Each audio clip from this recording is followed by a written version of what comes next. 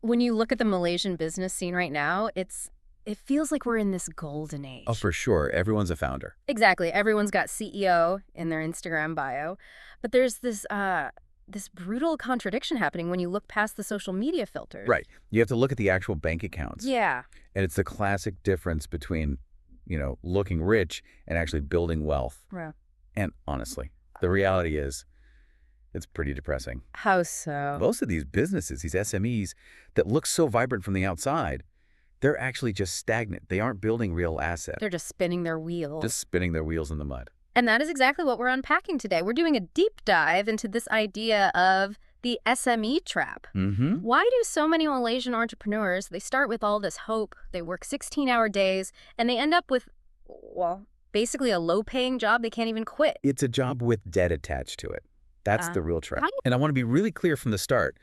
We're not talking about bad luck here or, a global recession. We are talking about specific structural traps that business owners walk into willingly because they just don't know the mechanics of the game they're playing. So we've identified 3 massive reasons this happens, why that bank balance just never seems to grow. And they are really, really easy traps to fall into. But stick around because we're also going to flip that script. We're going to give you 3 escape routes. The actual moves you need to make to stop, playing the victim and start building real equity. So if you feel like you're working way harder than your staff but making less money than them per hour, this deep dive is going to be the wake-up call you need. Let's do it. All right, let's jump straight into the first trap.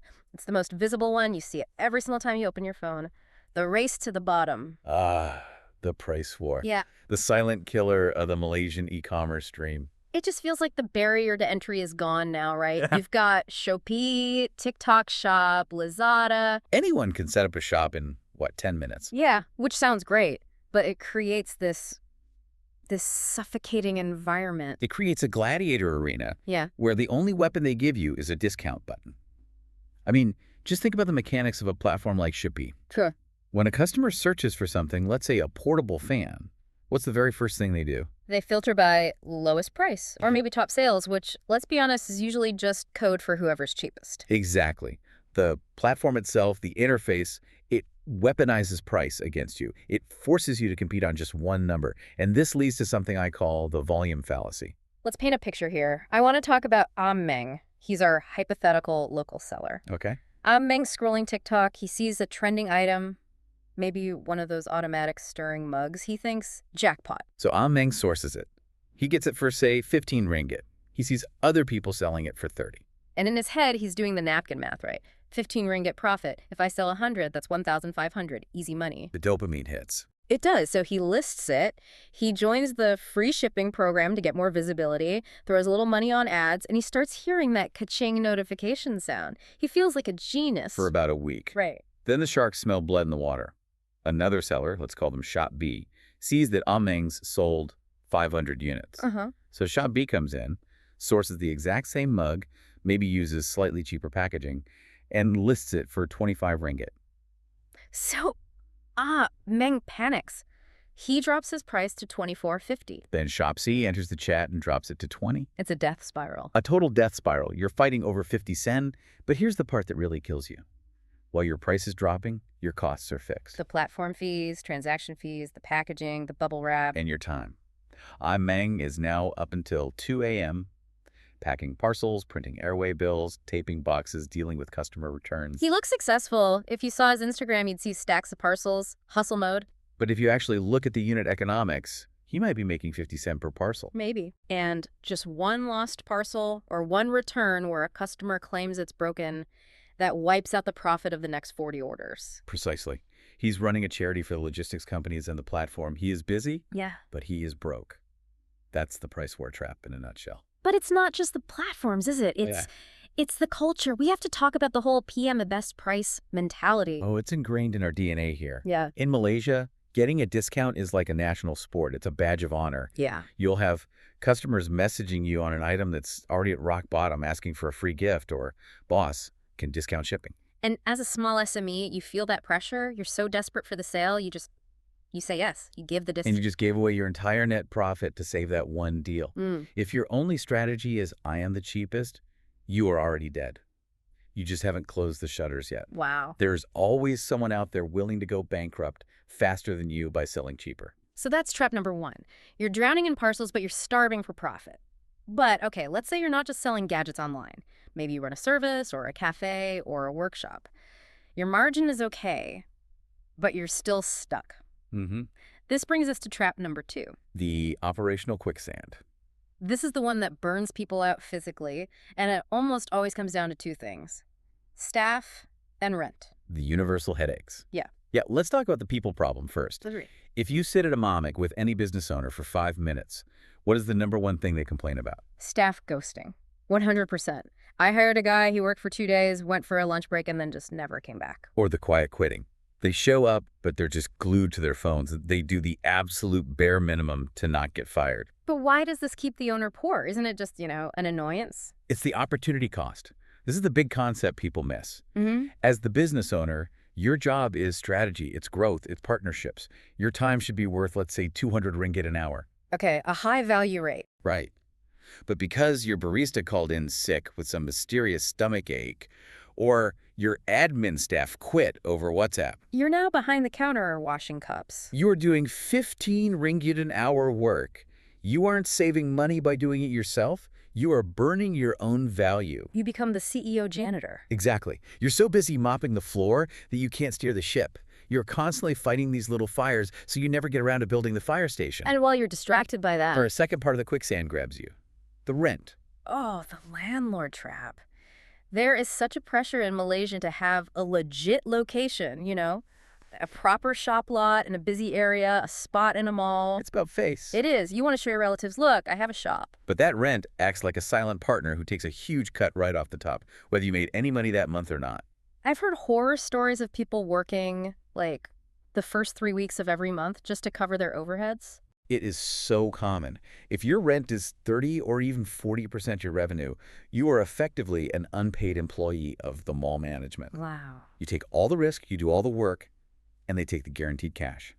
It strangles your cash flow. So you can't invest in marketing, you can't upgrade your equipment because the building just eats everything. It strangles you. You can't grow because you have no capital, but you feel like you can't leave because you need the location for visibility.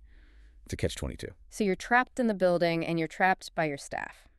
Okay, now, there's a third trap, and this one is more psychological. It explains why everyone ends up in these crowded markets to begin with. The Me Too syndrome. The copycat culture. Malaysia is world-class at this. Just remember the bubble tea craze. Mm-hmm. Or the croissant craze. The Sambal Wars. Oh, yeah. One shop opens, there's a line around the block. 2 months later, there are 5 more shops on the same street selling the exact same thing. It's risk aversion disguised as a business strategy. People see someone else succeeding and think, okay, the market is proven, I'll just do that. But they're entering what's called a red ocean. The water is already full of sharks and blood, and it's because they're selling a commodity, not a brand. That is the critical distinction. A commodity is something you buy just because it's convenient or cheap, like petrol or rice. You don't really care where you get it from. But a brand. A brand is a promise. It's an identity. You buy it because you trust it. When you just copy the guy next door, you are a commodity. Which means the customer has zero loyalty to you. Zero. Your customer relationship is rented, not owned.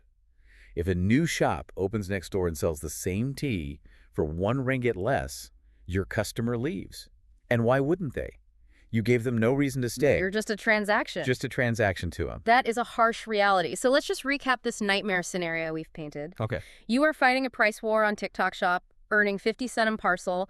You are personally packing the boxes because your staff ghosted you. You're sending all your money to your landlord. And your product is exactly the same as everyone else's. That right there. That is the recipe for staying poor forever. Okay, that is heavy. But we promised a way out. We're not just here to, doom scroll the economy. We need the escape plan. How do we reverse engineer these traps? Right. We have 3 action steps. And look, these aren't hacks. These are fundamental shifts in how you operate your business. Let's hit action step 1, escaping the price war. The strategy is stop selling items. Start selling status or solutions. You have to consciously opt out of the race to the bottom. But how does the small guy do that? Let's go back to Meng and his little kitchen gadget.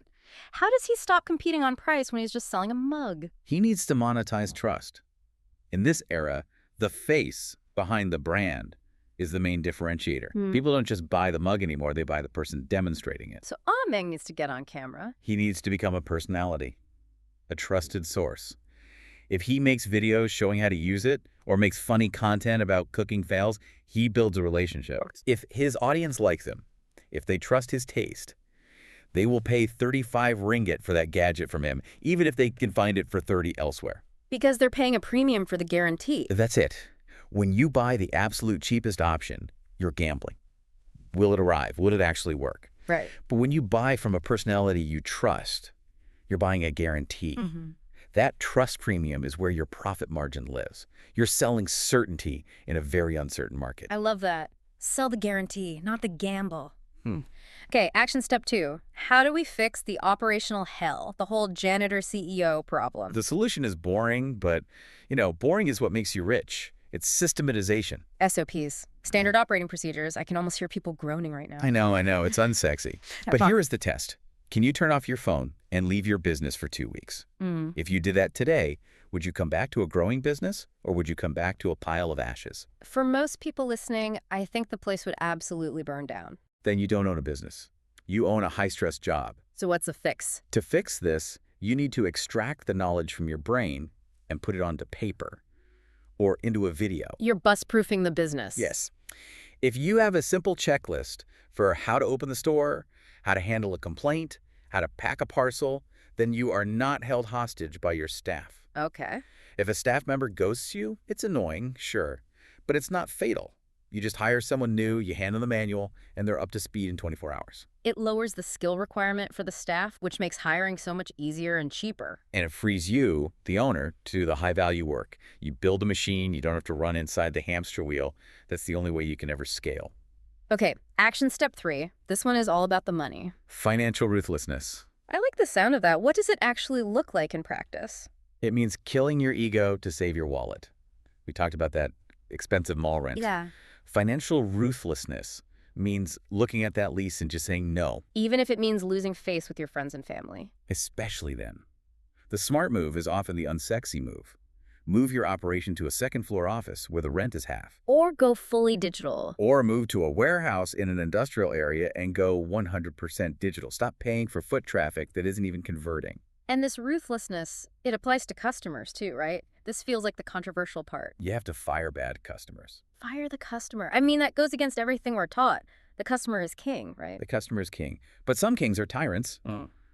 If you have a customer who bargains you down to zero margin, demands special treatment, messages you at 3 a.m., and then leaves a bad review anyway, they are a liability. They're just costing you energy. Energy is your most finite resource.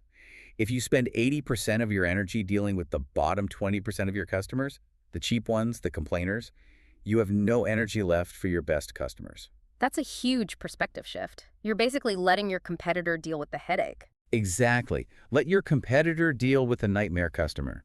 You focus on the ones who value your quality and respect your time. That is how you protect your peace and your profit. So bringing it all together, we're moving from the hustler mindset to the business architect mindset. A hustler wakes up and asks, what work do I have to do today? Right. A business architect wakes up and asks, what system can I build today so I don't have to do this work tomorrow? It's all about building an asset, not just generating cash flow for the month. Precisely. Real wealth comes from assets, things that make money while you sleep. If you have to be awake and sweating for the money to come in, your income will always be capped. This has been a massive deep dive, but before we sign off, I want to give the listener something concrete, like some homework.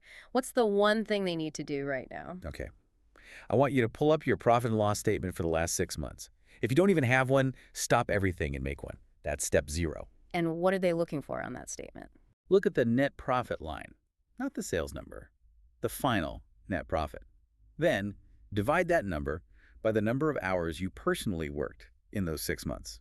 Ooh, that is going to be a painful calculation for a lot of people listening. It will be brutal, but you need to see that number. If you are earning 5 ringgits an hour from your own business, you need to admit that the current strategy is broken. You don't need to work harder. You need to change the entire vehicle. That is the wake-up call. Stop subsidizing your own business with your underpaid labor. And just pick one action today. Write one SOP, fire one bad client, raise your prices by 10%, and just see if anyone actually notices. Make one move that puts you back in control. Don't just stay poor. Start building. That's the message for today. Thanks for diving in with us. Always a pleasure. Keep building. We'll catch you on the next deep dive.